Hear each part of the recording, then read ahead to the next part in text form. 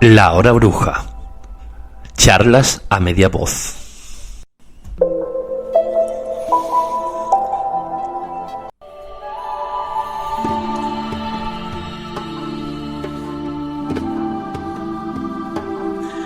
Un viaje a través de la cultura, las emociones y todo lo que hace más humano al hombre.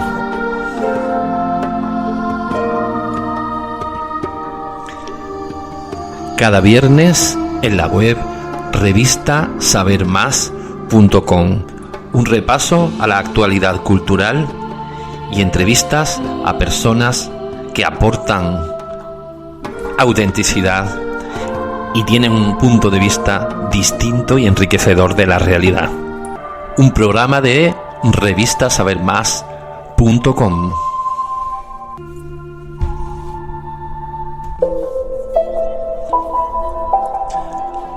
La hora bruja. Charlas a media voz. Editorial.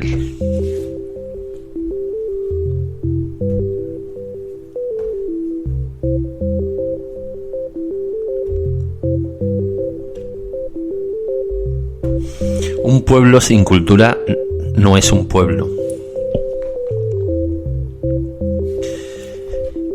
Qué devastadora resulta la gestión pública cuando no se entiende la necesidad, ni el porqué, ni el para qué de la cultura, y se la trata de domesticar o de acallar con artimañas legales.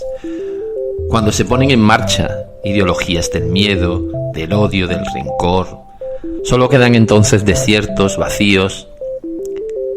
Es así como se siente el alma sin cultura.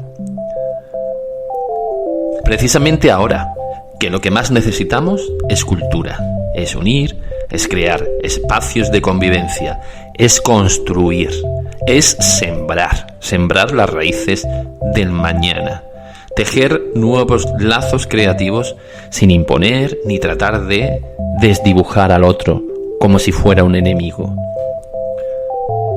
Precisamente la cultura del diálogo sirve para poner cara y sentimientos al otro, al que piensa distinto y al que a veces nosotros no conocemos, y por eso le tememos, y de ese miedo deriva ese desdibujar al enemigo como si no tuviese alma. Qué tristes aquellos pueblos que no tienen una casa de la cultura, que el concejal de cultura es un perfecto inculto, que no hay técnicos que sepan programar actividades con una cierta antelación y una programación seria y una planificación. Qué triste aquellos pueblos cuya cultura está en manos de incultos. Qué triste cuando desde el poder se azuza el enfrentamiento, enfrentar creadores y artistas unos con otros para ocultar la propia incapacidad y sacar réditos se define por sí solo. Qué triste y qué peligroso aquel líder que lleva a su pueblo al enfrentamiento para ganar votos. Algo que nació para dar luz y que por intereses espurios se lleva hacia el lugar de la sombra. Qué triste cuando se cobran tasas por el uso de edificios culturales que deberían ser gratuitos, que deberían estar puestos a disposición de todo el mundo que quiera usarlos. Pero si se le pretende gravar económicamente a esta cultura popular, es un mal camino. Precisamente las personas más incultas son las más manipulables y las que más fácilmente repiten consignas y hacen dócilmente lo que se les dice, sin plantearse ni tan siquiera si lo que se les dice es verdad o es mentira. Nuestros antiguos líderes, nuestros padres, nuestros abuelos lucharon y dieron su vida por la cultura porque sabían que eran engañados cuando no tenían cultura. Por eso, quien defiende la cultura hoy es quien nunca la tuvo. Y también hay quien ha nacido de una forma privilegiada y que pretende eliminar de raíz la cultura para hacer de sus convecinos una especie de zombies que solo saben obedecer, no tienen libertad para decidir ni para expresar y ni siquiera saben distinguir la verdad de la mentira, que para eso también sirve la cultura. Precisamente ahora que lo que más necesitamos es cultura. Precisamente ahora que te he imaginado y en mi caminar, precisamente ahora queda algo pendiente, precisamente ahora que cada mirada puedo recordar, te haces dueña de mi mente.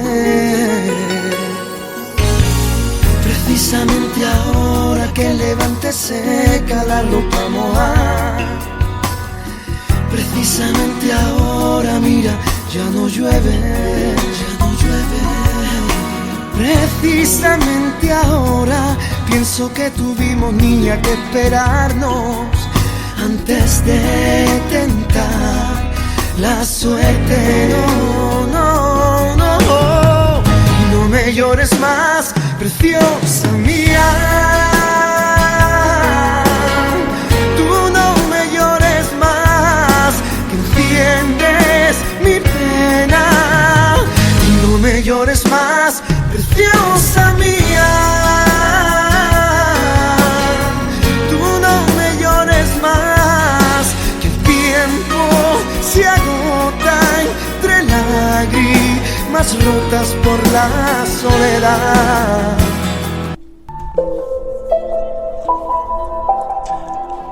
La hora bruja.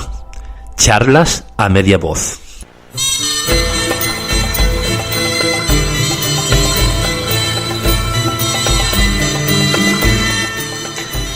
El buscador de historias.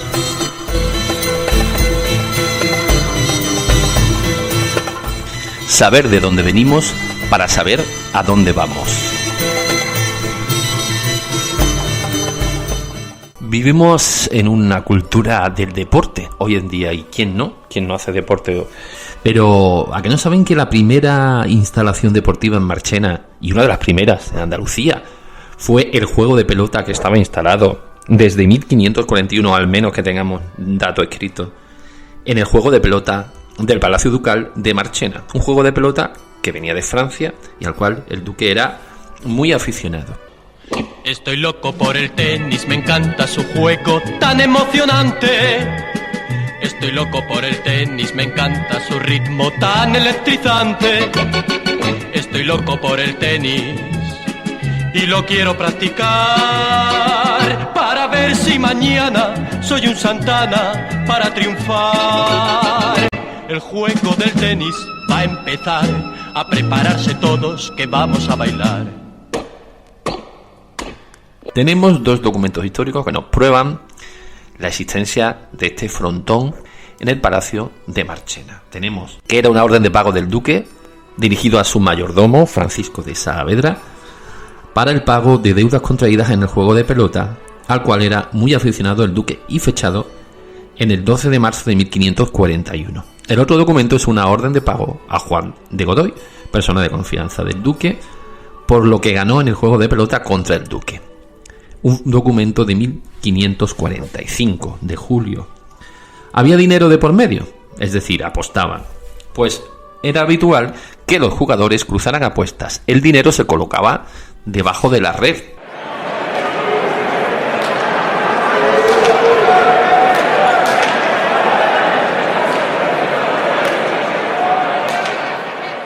En los lugares destinados al juego de pelota también se jugaba a cartas, a dados.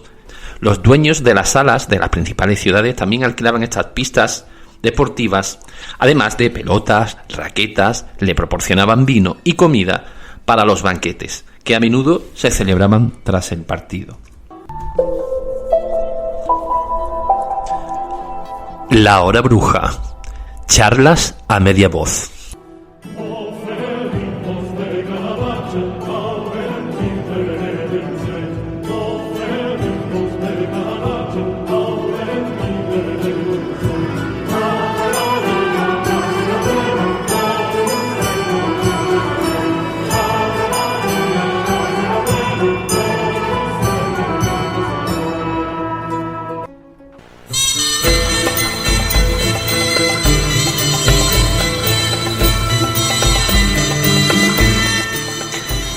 El buscador de historias.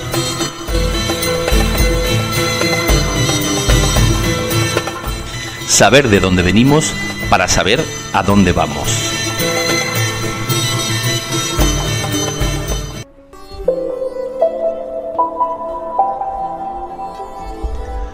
La hora bruja. Charlas a media voz.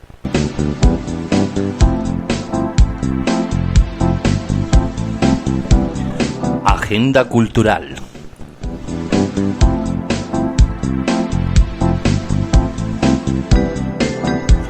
Un recorrido por las principales actividades culturales y de ocio de nuestro entorno.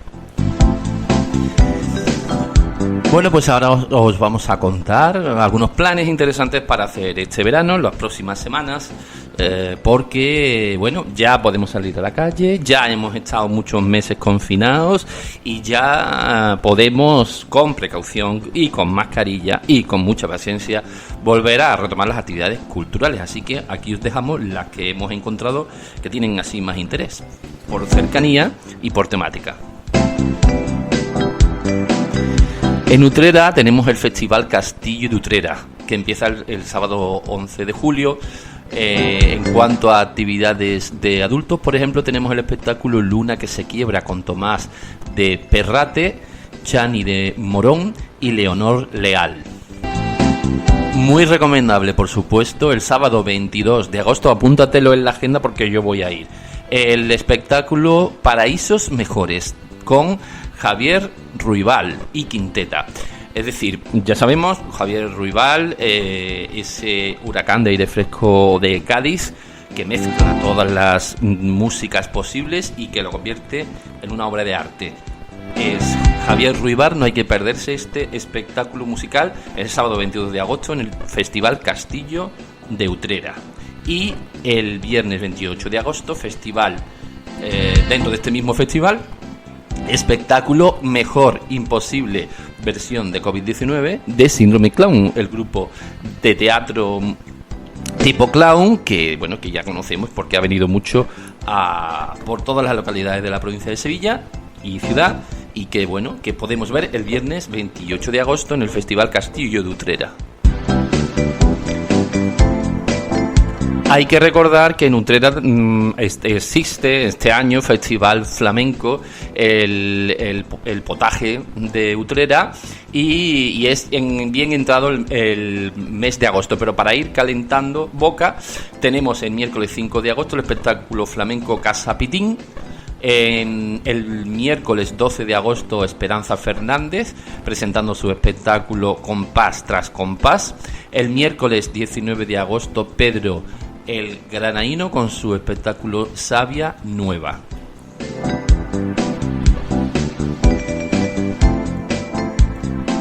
Y mucho más pronto, a principios ya de julio, podemos ya visitar el Alcázar de Sevilla, el Real Alcázar de Sevilla, el cual pues está ya abierto hace pocos días, y este jueves precisamente ha comenzado una nueva edición del programa de visitas nocturnas teatralizadas del Alcázar de Sevilla, dedicados al 5º centenario de la primera vuelta al mundo, con la figura histórica de Fernando de Magallanes. La actividad tiene lugar los jueves, viernes y sábado, es decir, fines de semana, menos los domingos, con 4 pases diarios a las 21, 21:30, 22 y 22:30.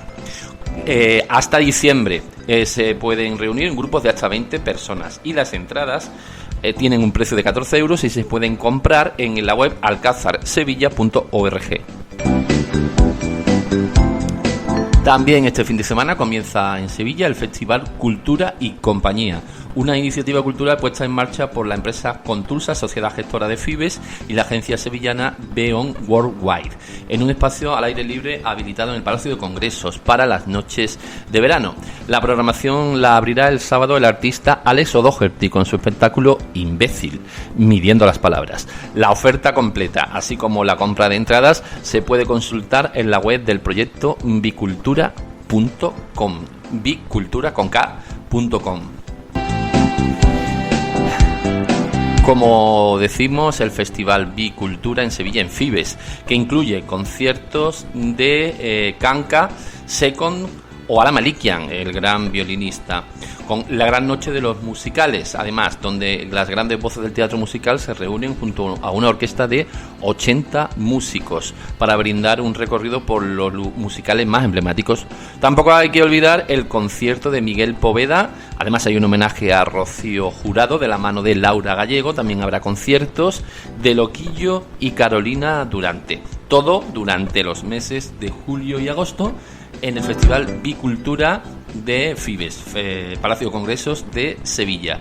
Podéis ver todas las fechas en su web bicultura.com. Recordamos que el ciclo de conciertos Noche en los Jardines del Alcázar de Sevilla este año continúa. Es uno de los programas culturales más interesantes, siempre, todos los años, todos los veranos, porque mezcla flamenco, música antigua, música de raíces y todo tipo de música étnica del Mediterráneo, todo desde el 15 de julio al 27 de septiembre. Todavía no se ha presentado la programación, pero son 75 conciertos que se pueden ver en los Jardines del Alcázar de Sevilla, y se puede consultar la información sobre la programación de este evento en la web de Actidea o en el Facebook de Actidea, así tal y como suena, ACT-IDEA, donde se puede consultar esta programación. Además, también en Sevilla tenemos el Festival Singular Fest, que este año tiene lugar del 16 al 24 de julio en un nuevo espacio como la Plaza de España en Sevilla, también en Sevilla. Singular Fest, que este año tendrá lugar del 16 al 24, se habilitará una platea en este festival de butacas al aire libre con capacidad para 800 personas. Incluye las actuaciones de Salvador Soblar, Joel López, Asier Echandía con su programa Mastodonte, y la obra La Fiesta del Chivo con Juan Echanove, a las que se sumará otra confirmación más en los próximos días. Las entradas de este Singular Fest oscilan entre los 19 y los 35 euros, que salen a la venta en la web del festival singularfest.com.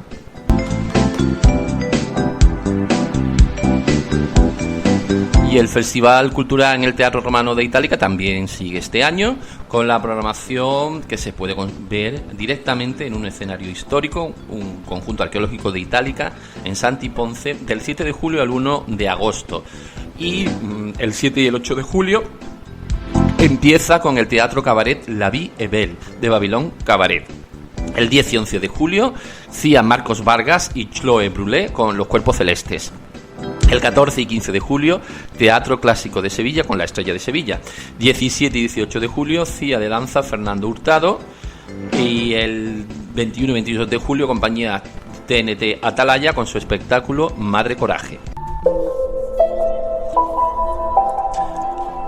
La Hora Bruja. Charlas a media voz.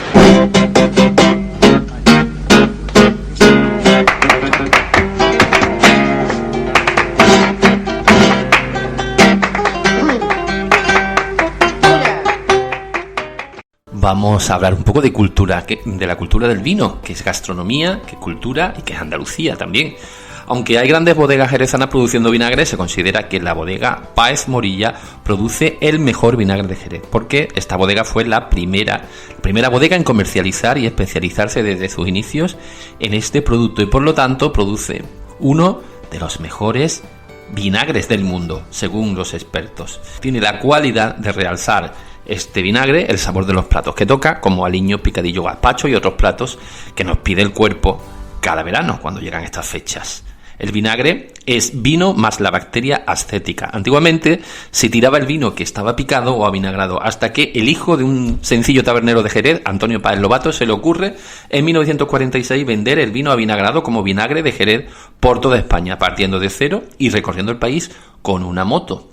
Y es que hoy en día esta bodega factura alrededor de 7 millones de euros y tiene 25 trabajadores. Comercializa además vinagre de Jerez, vinos blancos jóvenes con la marca Tierra Blanca, tintos de la tierra de Cádiz, salsas balsámicas, envinan botas de Jerez. Su tonelería tiene 50 trabajadores y fabrican 30.000 barriles anuales, la mayoría para whisky escocés.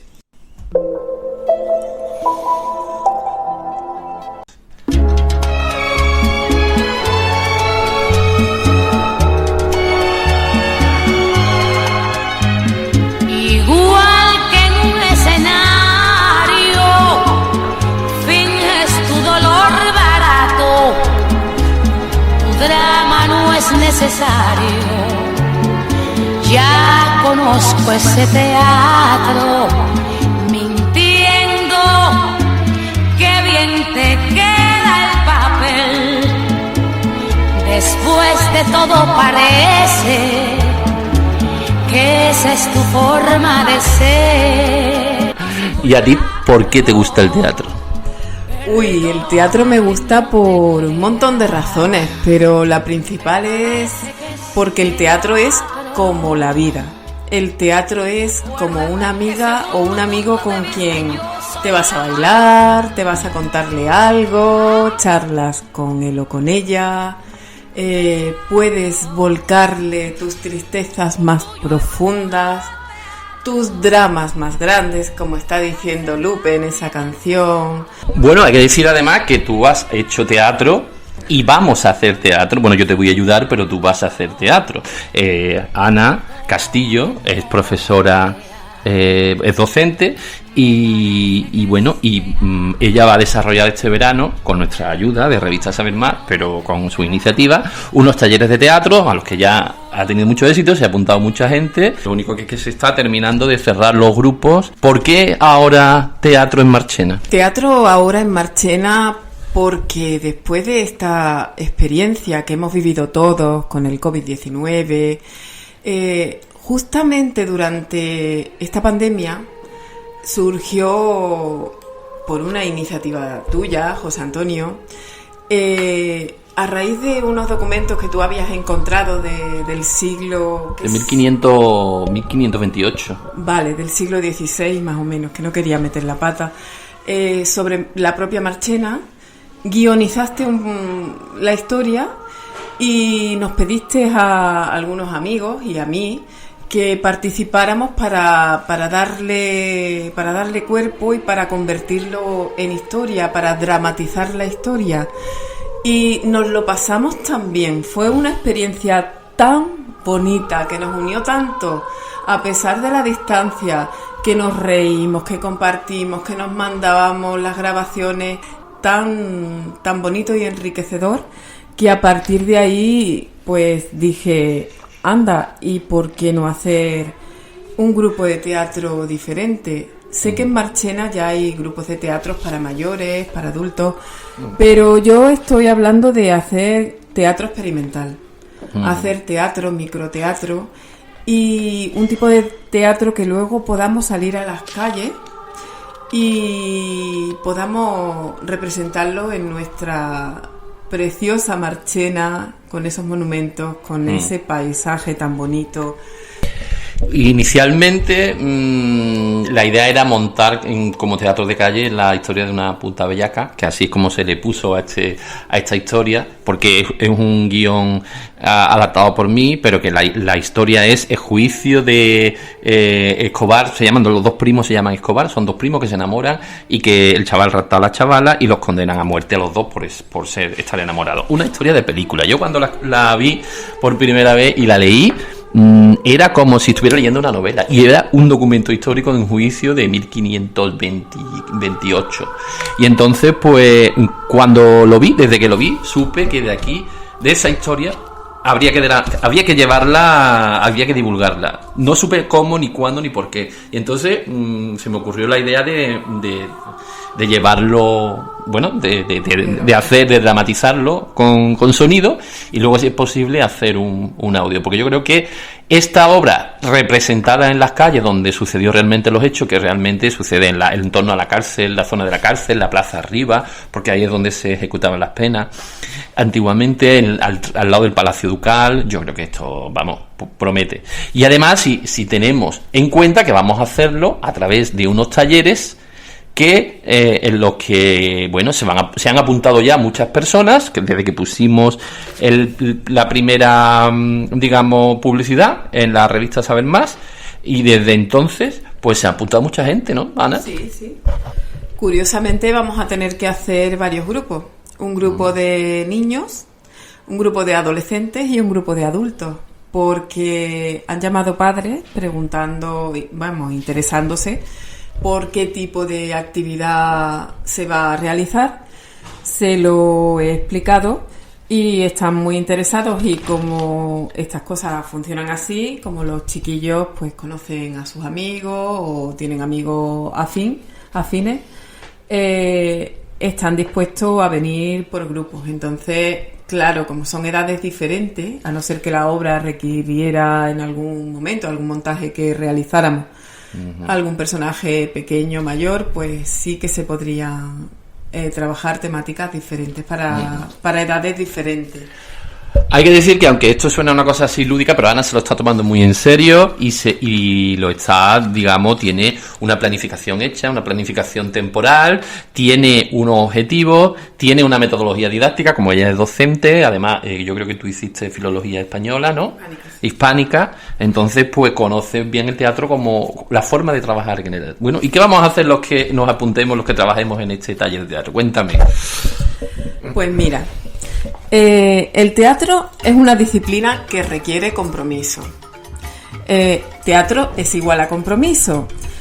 Entonces, cuando se representa una obra, un personaje no puede fallar. Un personaje, o sea, una persona puede realizar dos personajes diferentes, pero si esa persona no viene al final, al estreno, pues la obra se va al garete, la obra no se puede representar. O sea que tú el primer mensaje que quieres transmitir es que el que se apunte a esto tiene que comprometerse con el proyecto y comprometerse para seguir trabajando en él, porque de todas las personas que se apunten depende que se lleve efectivamente a cabo. Claro, el grupo ha de estar cohesionado. Entonces, ¿qué vamos a hacer para ver si el grupo se cohesiona, en qué manera y en cuántos turnos diferentes podríamos trabajar? Lo primero que tenemos que hacer son unas clases previas para saber las características de cada uno, de cada una de las personas que se apunten. Estas clases previas serían 2 sesiones semanales, o sea, tendríamos que pactar un horario de vernos 2 veces a la semana. Normalmente estas clases previas suelen durar un mes, y en las clases explicaremos un poco qué es el ambiente del teatro, qué es un teatro, claro, que se puede hacer en la calle, que puede hacerse en un escenario. Pero creo que lo primero que quieres hacer es probar un poco cuáles son las cualidades de cada uno, ¿no? Las características de cada una de las personas que se inscriban al curso. Claro. Lo primero que hacemos es presentarnos y nos presentamos de una forma original, que la persona toma conciencia de que él o ella es alguien, y cuando estemos en el teatro se va a convertir en cualquier cosa, menos la persona, en realidad. Entramos de nuevo.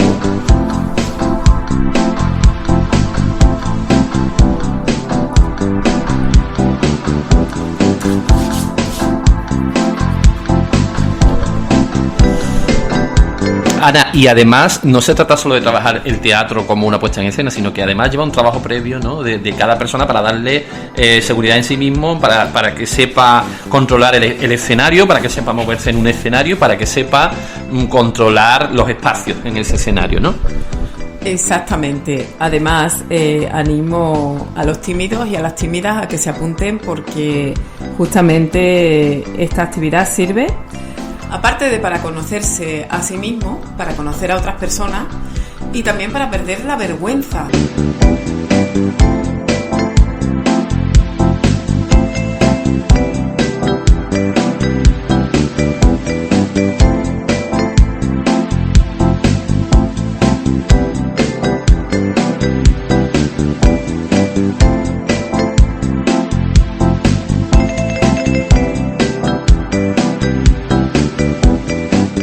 Una persona que viene desde cero, que no sabe nada de teatro, ¿cómo se puede convertir una persona así en un... Vamos a trabajar técnicas como la prosemia y la kinestesia, que consiste en trabajar el tono de la voz, las distintas modulaciones que podemos dar, los distintos tipos de expresión verbal y no verbal. Trabajamos con expresión corporal y jugando. Vamos a hacer juegos. ¿Cómo se consigue que una persona tímida suba a un escenario e interprete una obra un papel? Porque yo, por ejemplo, me he estado en grupos de teatro amateur y me bloqueaba. No podía. Pues mira, proponiendo situaciones. Como te digo, al principio se hacen unas clases y las clases son siempre juegos. En esos juegos se proponen situaciones donde a lo mejor tenemos que quitarle la voz a un anuncio publicitario y cada uno, por ejemplo, si trabajamos por pareja o en un trío, bajamos la voz y cada uno se asigna un personaje y te imaginas el guión, pero totalmente diferente a como es el anuncio en realidad. Uh-huh. Ahí se quitan vergüenzas, se producen las risas y se produce también la creatividad y se cohesiona también el grupo. Me dijiste al principio que ibas a hacer teatro experimental. Teatro experimental. ¿Por qué? ¿A qué se llama teatro experimental y por qué quieres hacer? ¿No es quizá un poco arriesgado para una persona que no sabe teatro hacer teatro experimental? Bueno, el teatro experimental lleva un tiempo trabajándose, se trabaja en terapia, se trabaja con niños con problemas, con autismo y con TDAH, todo lo que son los TDA, que son trastornos de déficit de atención en el aprendizaje, y está funcionando muy bien porque tú haces que sin decirle al niño cuál es o al niño o al adulto cuál es su papel establecido, tiene que improvisar, como dice la palabra, y en esa improvisación el ser humano es capaz de sacar situaciones adelante y sacar su creatividad también, que no se le esté guiando en unas pautas siempre. Pero claro, tú me has respondido por la improvisación, pero yo te pregunto, ¿qué es teatro experimental? ¿La parte de experimental es improvisar también? Claro, de eso se trata, de no tener un guión establecido.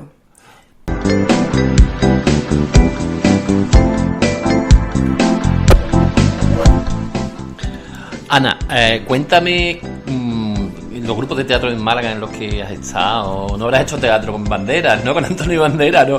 Supongo que Antonio Banderas es una persona que estaba muy implicada con su ciudad y que todo el mundo lo conocía allí, ¿no? Supongo que hay muchos artistas malagueños y que allí eso como que se palpa, ¿no? Que está en el ambiente. Sí, claro, y de hecho está en proyecto que Antonio Banderas venga a vernos. No es ninguna broma. Conozco a un amigo que es director de teatro en Málaga y me ha dicho que cuando llevemos 3 o 4 clases va a venir, o por lo menos lo va a intentar, no quiero ser presuntuosa, pero va a intentar venir con Antonio Banderas. Antonio Banderas va a venir a Marchena, pero eso todavía no es seguro, pero hay posibilidades reales. Pero porque este hombre... Porque este amigo mío conoce a Antonio Banderas. Pero es su amigo. Es su amigo, sí, es su amigo, y ahora Antonio Banderas está en Málaga, está residiendo en Málaga porque lo ha decidido así. Piensa que quiere vivir la vida. Me quedo a cuadro, vamos. Iba a decir otra cosa, pero me quedo a cuadro, vamos, de que vaya a venir Antonio. Bueno, pues señores, aquí en esta grabación queda registrado que puede que venga Antonio Banderas a Marchena para este taller de teatro de Ana Castillo Banderal. Bueno, Antonio Banderas, tú sabes, ha estado mucho tiempo viviendo en Málaga. En Estados Unidos, donde ha trabajado, pero es verdad que él nunca ha dejado su tierra de lado. De hecho, sale toda la Semana Santa en su cofradía de toda la vida, como anónimo, pero que todo el mundo sabe que él está ahí debajo. ¿Tú lo has conocido alguna vez? ¿Lo has tratado? No. Personalmente no lo he tratado, que haya seguido su carrera, y aunque siempre le he tenido muchísimo cariño porque siempre ha tirado para su tierra. Él siempre ha querido mucho a Andalucía, concretamente Málaga. Y Andalucía. Pero ha tirado mucho para Andalucía. Y ahora mismo, por situaciones personales que parece que ha tenido, y a raíz de esta pandemia, ha decidido que el tiempo que le quede va a pasar el máximo tiempo posible en Málaga, y ha invertido mucho dinero en Málaga para que Málaga salga adelante. Entonces yo sé que cuando le contemos este proyecto de personas pequeñitas, anónimas, que queremos darle un poco de vidilla a nuestro pueblo y de hacer que los jóvenes se interesen también por la cultura, como has dicho al principio.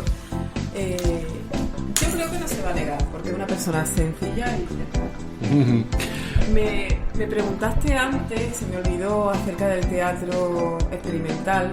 El teatro experimental, cuando va a representarse alguna obra, casi siempre se centran en situaciones de rebeldía, en situaciones en las que se quiere llevar de alguna manera alguna protesta social actual, ¿vale? Aunque se puede trabajar cualquier tipo de improvisación, pero casi siempre es algo que se quiere expresar a nivel social.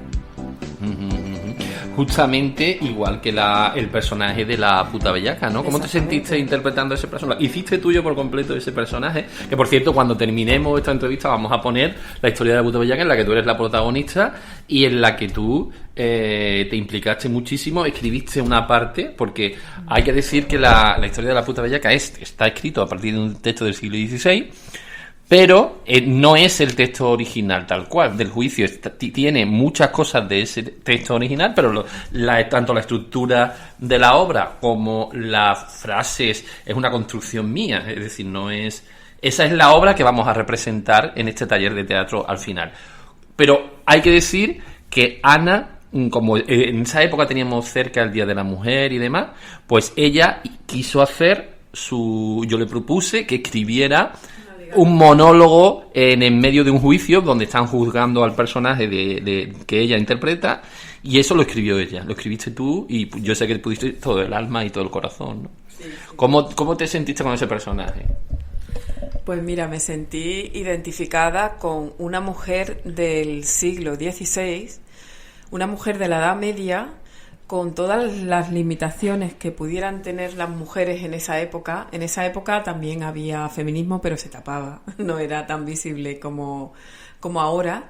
Y ya que tuve... Quizás no sabían que era feminismo, pero bueno. Claro. Lo que pasa porque es el concepto, la palabra es nueva, pero sí había corrientes de rebeldía entre las mujeres ya entonces, aunque no eran visibles. ¿Cómo me sentí? Pues... ya que tuve la oportunidad de escribir ese alegato final, me sentí metiéndome totalmente en el papel, pensando que era una mujer de esa época sobre la que recaía la injusticia de ser juzgada, cuando en realidad ha sido robada de su casa. Ese es el juicio que se le hace a esta mujer, se le juzga por puta, porque supuestamente se ha marchado sin casarse, siendo robada por un enamorado, por un hombre que además hermano. Era su primo, y siendo menor de edad, por supuesto. Bueno, en aquella época la mayoría de edad era diferente, y una persona que tuviera ya edad de reproducirse, aunque tuviera 11 o 12 años, no se consideraba una niña, se consideraba ya mayor. Y por eso era el celo de los padres de guardarla, precisamente porque se podían embarazar. Y bueno, pude hacer ese alegato dándole voz a tantas mujeres que me imagino que sufrieron injusticia en aquella época, metiéndome en la época, haciéndolo un poco diferente a como es ahora, pero muy bien, muy contenta. Por cierto, si cuando llevemos el teatro a la calle, ¿tú seguirás queriendo ser la protagonista o sí, bueno? Hombre, claro. Además, hombre, ese papel ya lo he representado, pero me gusta mucho. Yo quiero hacerlo. Sí, la misma. Bueno, pues Ana, vamos a ir terminando. ¿Quieres destacar algo más para la gente que se apunte a los talleres de teatro? Sí, que en este verano que no tenemos piscina, que no hay cine de verano, que se han cerrado muchos negocios y que no hay ocio realmente cultural, pues os animo a que os apuntéis. Lo vamos a pasar muy bien, vamos a aprender un poquito acerca del teatro, del origen, de su historia, y sobre todo nos vamos a divertir muchísimo. Así que venga, avanti.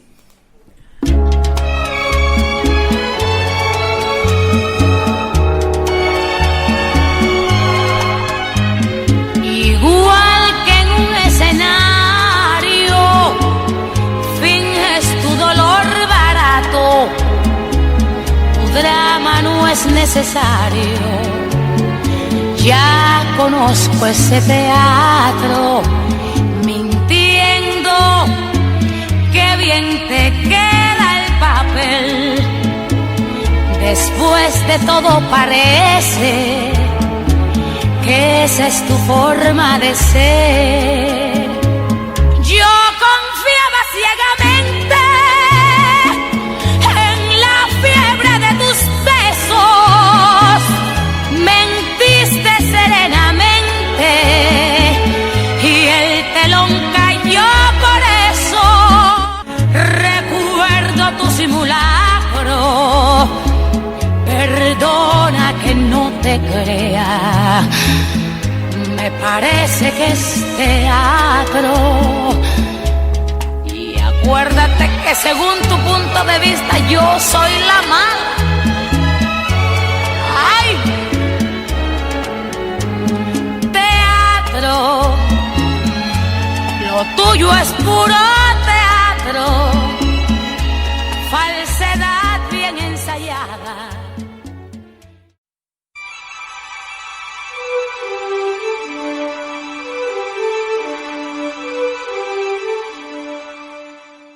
Historia de una puta bellaca.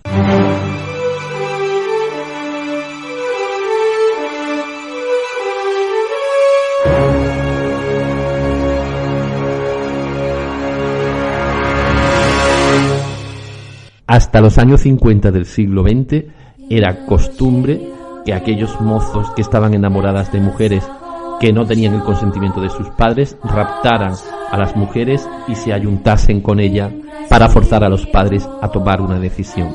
Estas mujeres solían ser internadas un cierto tiempo dentro del convento de San Andrés hasta que no se aclarase su situación legal.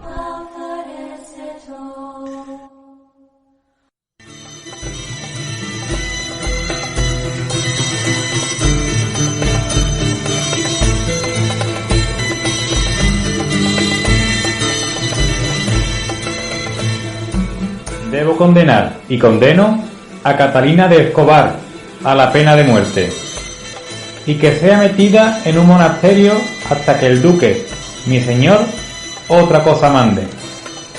Así lo pronuncio y así lo mando en estos escritos. Yo, el licenciado Juan Villegas, a 20 de marzo del año del Señor de 1524. ¡Protesto, su señoría! Apelaré ante el duque, su excelencia. Esta sentencia es falsa e injuriosa porque yo nunca consentí los hechos. Les recuerdo que fui raptada contra mi voluntad por mi primo y sacada de mi propia casa en plena noche. Pido que se revoque la sentencia que se ha dado sin probarse nada de lo que se me acusó.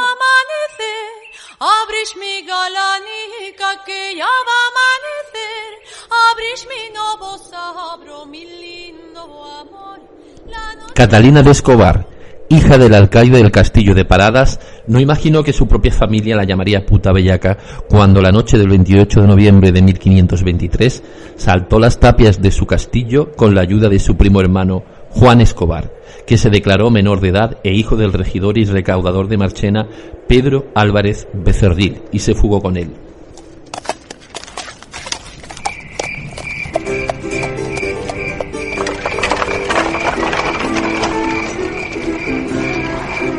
Vamos, Juan, aprovechemos ahora que las nubes han tapado la luna llena. Pon las escalas sobre el muro de la huerta. Eso es. Querido mozo, dame un abrazo.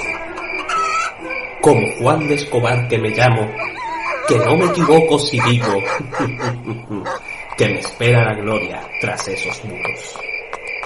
Dentro del muro, Catalina dice: Ya se oyen los caballos, prima. Salgamos al corral sin hacer ruido. ¿Hay algo que pueda hacer para convencerte de que no hagas esta locura, querida prima? Elena, prima mía, en este momento ni el muro del castillo de Parada ni los de Marchena van a impedir nuestro amor, que es más grande que el propio mundo.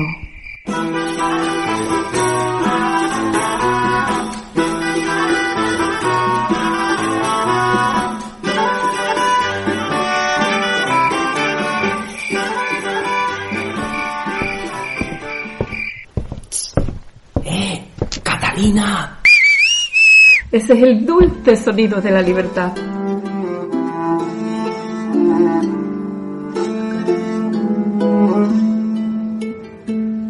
Hoy triste que vengo, vencida de amor, vagará pastor.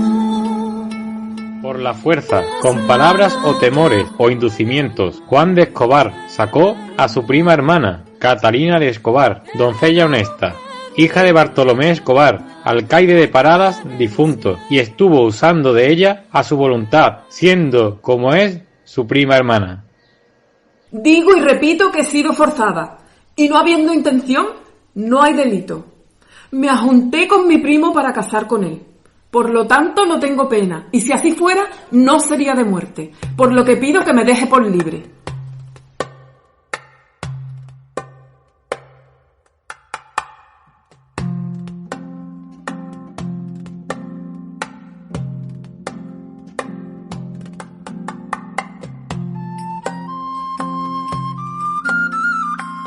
Señor Alonso de Cea, vecino de Marchena, ¿puede decirnos qué fue lo que vio usted esa noche en medio del camino de Atoche?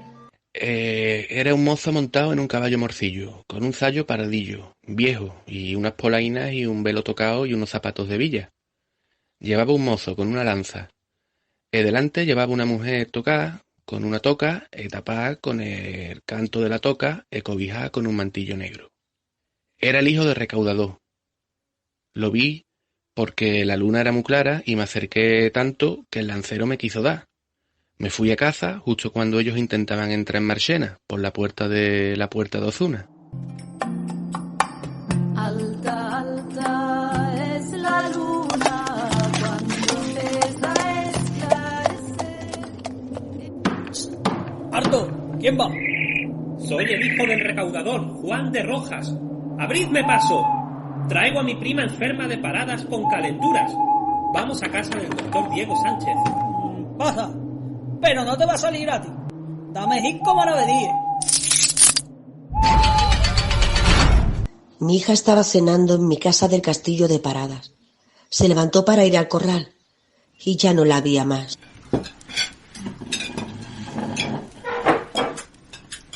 Voy a ver si han puesto las gallinas. Prometo abrigarme. ¿Dónde vas con tanta prisa, hija? Ni siquiera has terminado tu sopa.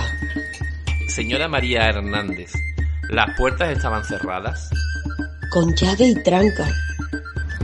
Entramos en el corral y encontramos los chapines de Catalina y una escala hecha de sogas nuevas sobre el muro. Mandé a Elena, mi sobrina, a Marchena, a ver qué había pasado.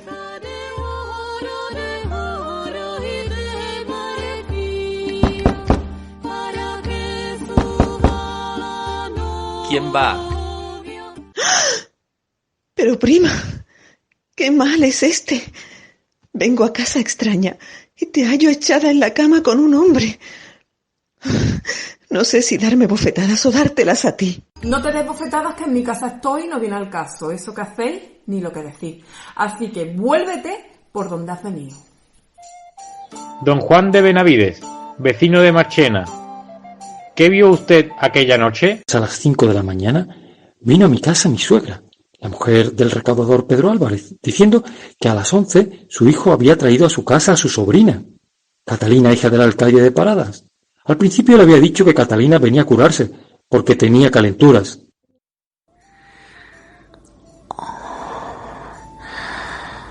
Sí.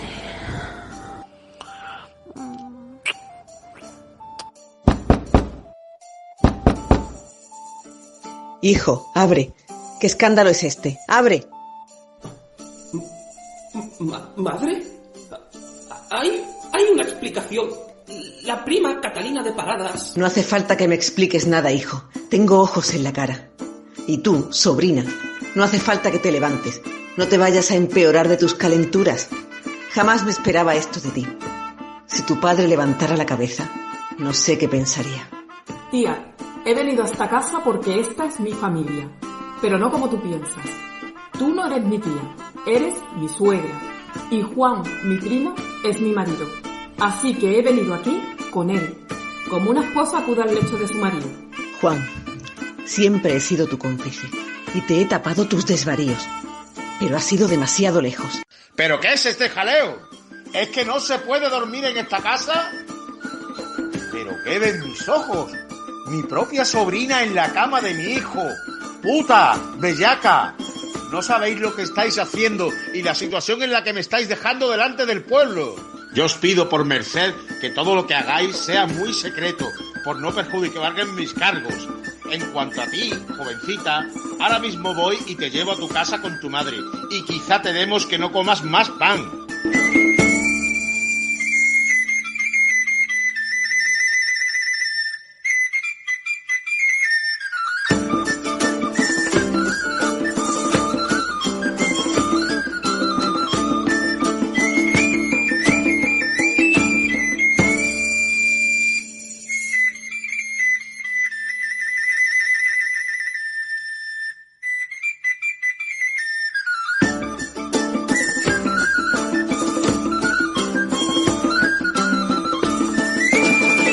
Entonces, ¿cuándo los dos zagales decidieron irse a Estepa por miedo?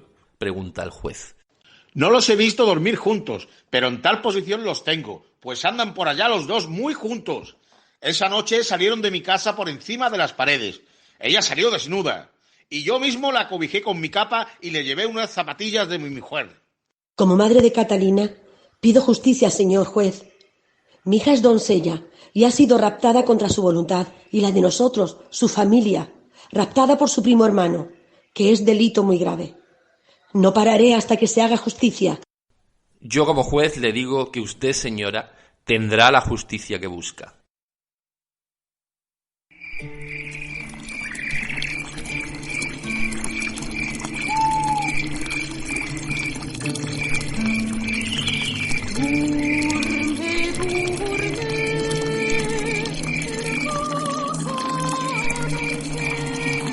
Qué paz trae la noche, amor mío, pero no sabemos qué nos traerá la mañana.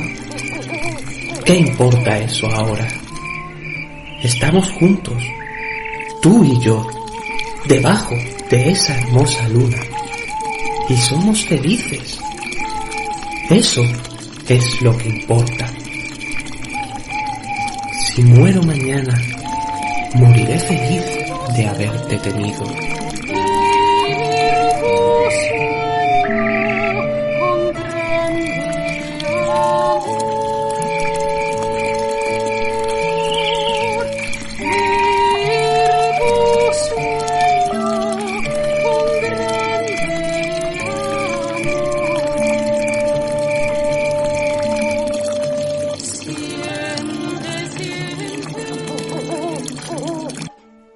El señor juez va a hablar.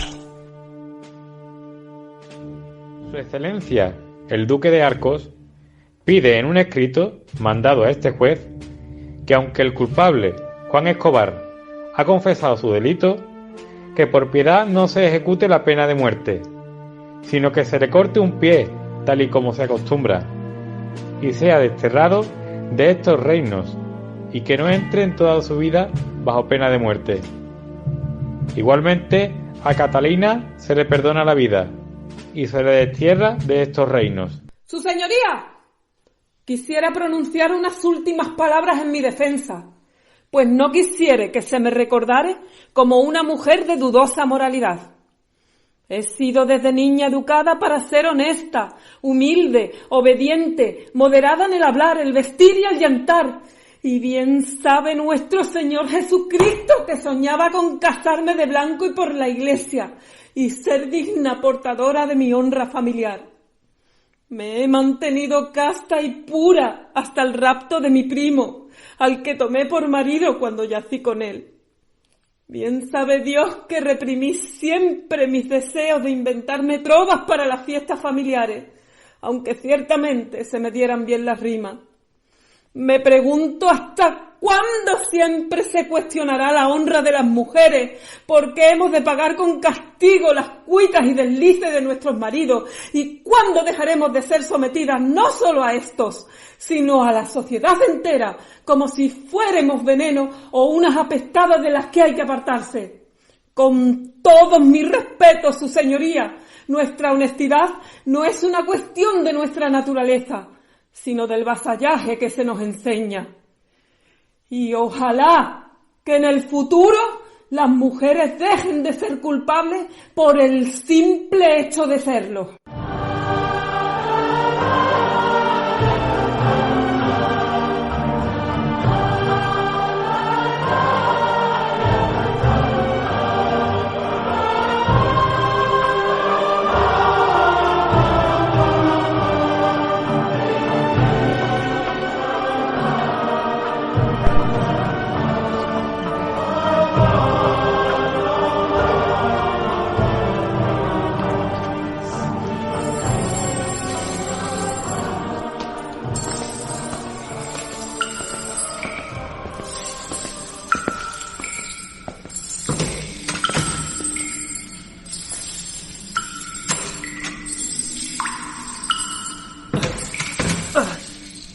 ¿Dónde me lleváis? Serás llevado en burro a la picota de esta villa, donde se te cortará el pie para que sirvas de ejemplo.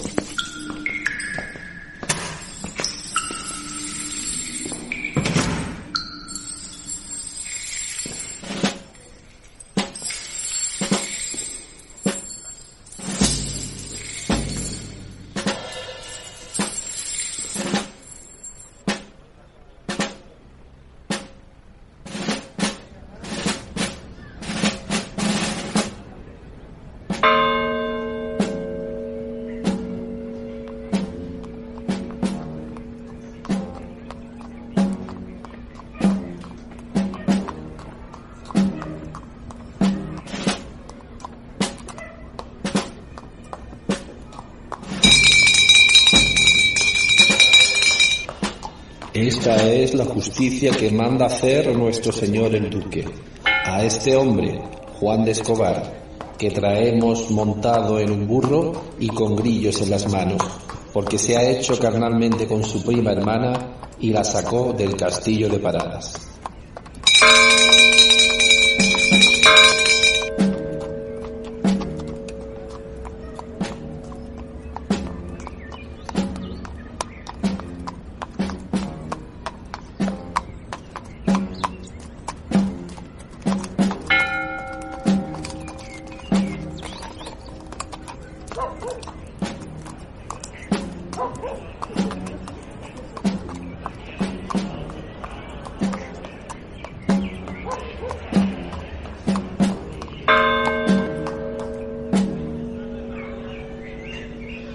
Tú, Antón Sánchez, barbero, cumple con la sentencia del duque, nuestro señor, y córtale el pie.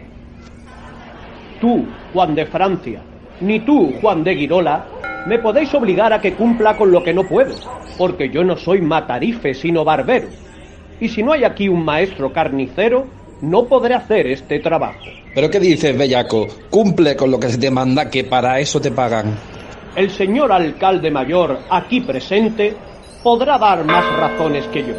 Esto va contra la ley del duque. Barbero, córtale el pie al reo ahora mismo.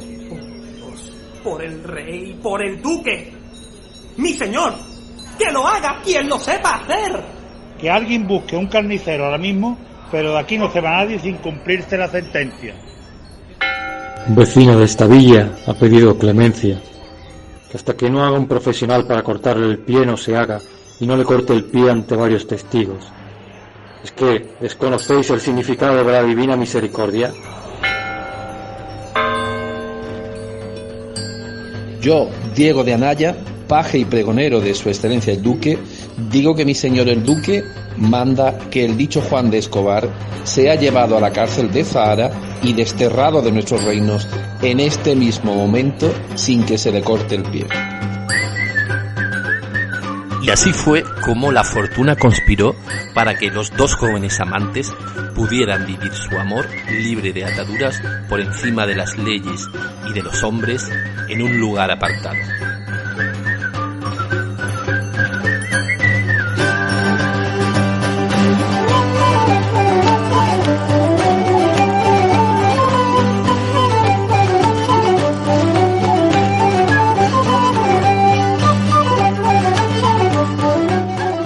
Guión e idea original de José Antonio Suárez, director Revista Saber Más, revistasabermas.com, grado en comunicación, basado en el documento Procesos, Autos y Sentencias dados en Marchena contra Juan de Escobar, 28 de noviembre de 1523, conservado en el Archivo Histórico Nacional, consultado online en Pares, portal de Archivos de España. Esta grabación se ha realizado durante el estado de alarma en los meses de marzo y abril de 2020. Cada personaje se ha grabado desde su casa con un móvil. Ninguno es profesional de la interpretación. Nuestra identidad y nuestra cultura no nos la pueden quitar mientras nos quede conciencia. Incluso en los peores momentos de oscuridad, siempre brota la luz. Intervienen por orden de aparición: Rafael Pérez Becerra, juez; Ana Castillo Andrade, Catalina; Juan Fernando Sánchez Guerrero, paje; Álvaro Lobo Castillo, Juan Escobar; Carmen Leonés, prima y madre de Catalina; Anabel Lobo Castillo, guardia; Rosa Hidalgo, prima Elena y madre de Juan; José García, testigo 1 y alguacil; Joaquín García Montero, padre de Juan y alguacil 1; Juan Fernández, barbero; José Antonio Suárez, narrador; Diego Carmona, alguacil 2.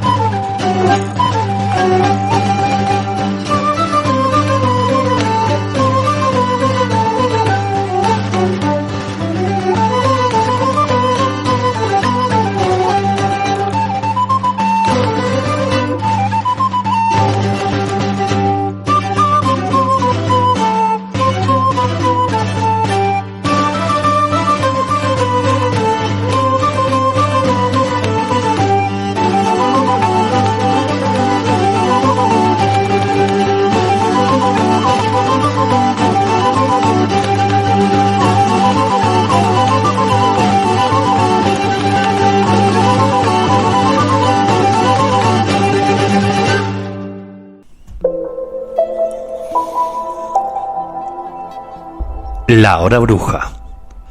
Charlas a media voz.